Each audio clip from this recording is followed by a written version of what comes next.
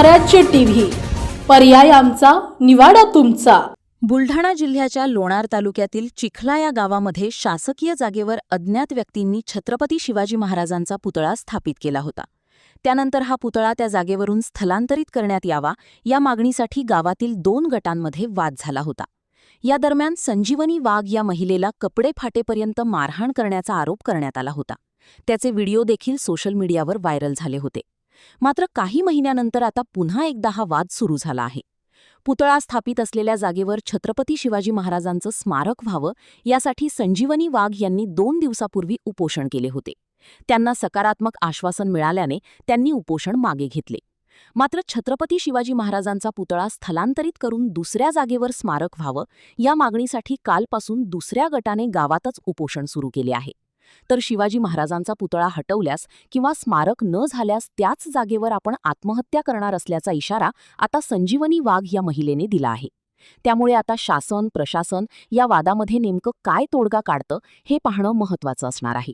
आमच्या गावकऱ्यांच्या वतीनं एकच मागणी आहे की या अगोदर जे गावानं भोगलं, जे जातीय तेढ निर्माण झाली, ते आता परत तेच पुढे भोगायची का वेळ येईल का याची प्रशासनाने काळजी घ्यावी व हे पुतळा स्थलांतर करण्यात यावा आणि यापुढेही म्हणजे हे जातीय तेढ निर्माण होऊ नये व तीच वेळ मागची वेळ परत पुढे येऊ नये। काय कार्यवाही प्रशासनाने काळजी करावी। प्रशासन काय कार्यवाही करावी अशी तुम्हाला अपेक्षा आहे?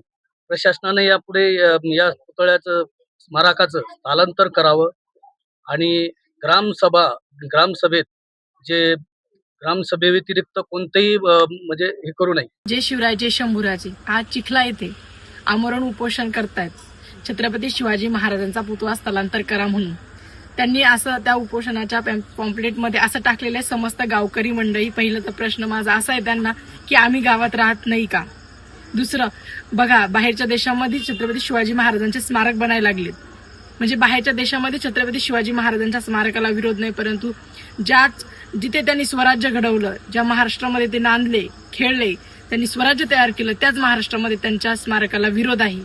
आणि हे काही जे उपोषणावाली मंडळी आहे ते सांगतात की तिथं अंगणवाडी आहे, तिथं आमचे सार्वजनिक कार्यक्रम होतात, लग्नाचे कार्यक्रम होतात। त्यांना मला विचारायचंय, अंगणवाडी असं तुम्ही सांगता की आमचं समोरचं भविष्य तिथं शिकतं, तर मग समोरच्या भविष्यावर छत्रपती शिवाजी महाराजांचं स्मारक असल्यावर काही वाईट विचार येतील का त्यांच्या डोक्यात? का छत्रपती शिवाजी महाराजांना पाहून एक चांगली ऊर्जा मिळेल त्यांना?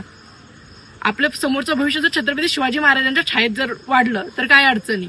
किंवा लग्न असतील, काही सामूहिक कार्यक्रम असतील, त्यामध्ये जर छत्रपती शिवाजी महाराजांची उपस्थिती असली, म्हणजे छत्रपती शिवाजी महाराजांच्या स्मारकासमोर जर आपले काही कार्य झाले, शुभ कार्य झाले, तर काय हरकत आहे? म्हणजे यांचा जागेला विरोध आहे की छत्रपती शिवाजी महाराजाला विरोध आहे? हे आज स्पष्ट झालं। महाराष्ट्राला सुद्धा समजून येईल की यांचा जागेला किंवा कोणत्याच गोष्टीला विरोध नव्हता, यांचा छत्रपती शिवाजी महाराजांच्या स्मारकालाच विरोध आहे अजूनही।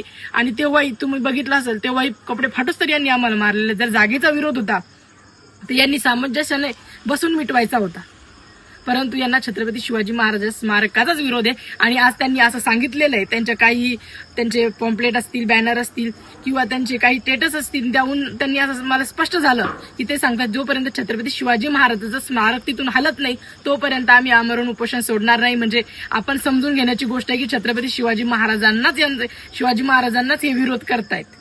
आणि माझा समोरचा एक विषय राहील, जर छत्रपती शिवाजी महाराजांचं स्मारक कधी हललं तर मी शिवभक्तांच्या पदरात माझी छोटीशी 4 वर्षाची मुलगी टाकून जर छत्रपती शिवाजी महाराजांचं स्मारक कधी हललं तर आत्महत्या करेल, त्याच दिवशी त्याच ठिकाणी।